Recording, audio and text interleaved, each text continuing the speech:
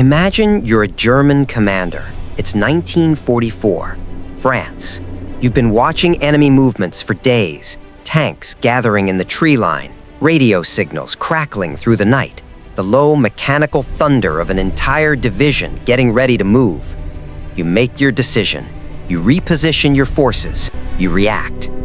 And you just lost the war because every single thing you saw was fake. There is a chapter of World War II that was locked in classified files for over 50 years.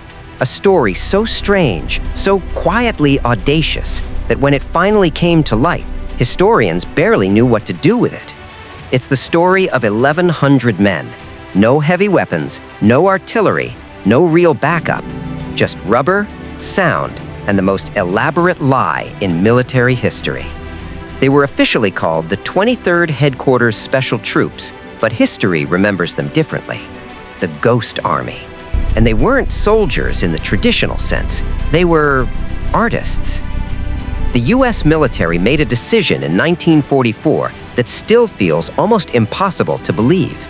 They recruited painters, illustrators, sound engineers, advertising men, set designers, men who understood, maybe better than anyone, that what people believe they see matters more than what's actually there. Among them was a young artist named Ellsworth Kelly, who would go on to become one of the most celebrated painters in American history. There was Bill Blass, who would one day dress the most powerful women in the world. These men shipped out to France with something no army had ever carried before: inflatable tanks. Enormous rubber decoys, so detailed, so precisely made, that from the air, from a German reconnaissance plane flying overhead, they were nearly indistinguishable from the real thing. An entire armored division assembled overnight in a field that had been empty by sunset. But the rubber tanks were only the beginning. They had sound trucks, mobile units that could broadcast the recorded noise of a military encampment, tank engines, marching boots, the metallic clatter of an army on the move, loud enough to carry for miles through a French night.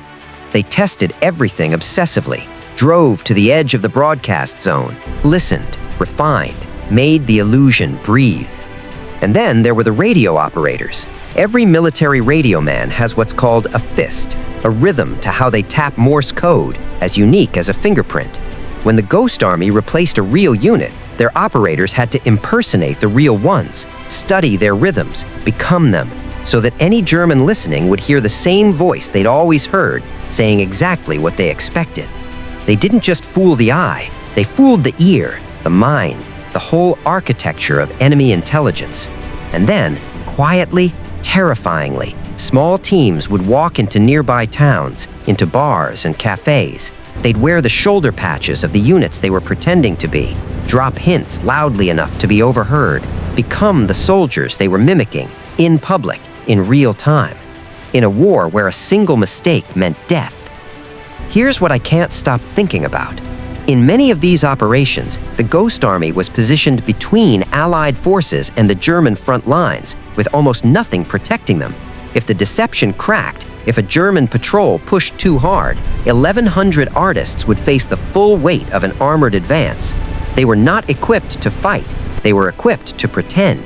And they stood there anyway, in the dark, in the cold, hoping the illusion would hold. It always did. 21 deception operations across France, Belgium, Luxembourg, Germany itself.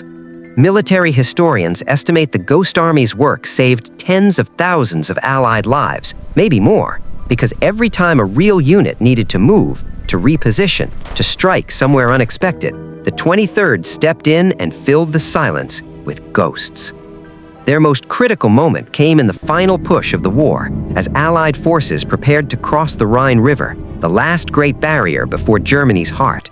The Ghost Army deployed south of the real crossing point, simulated 2 full infantry divisions, 30,000 men with their rubber and sound and radio lies. German forces responded, repositioned, prepared for an attack that was never coming. The real crossing succeeded. The war moved toward its end. And then they came home, and they said nothing. The men of the 23rd were sworn to secrecy. For over 50 years, they couldn't tell anyone what they had done, not their wives, not their children. The story stayed locked in classified files and inside them. Ellsworth Kelly became a celebrated painter. His quiet, geometric canvases now hang in museums around the world. People stand before them, moved, not knowing that the man who made them once stood in a darkened field in France, conjuring an army from rubber and sound and nerve. It wasn't until 1996 that the records were finally declassified, and even then, it took years for the full story to reach the light.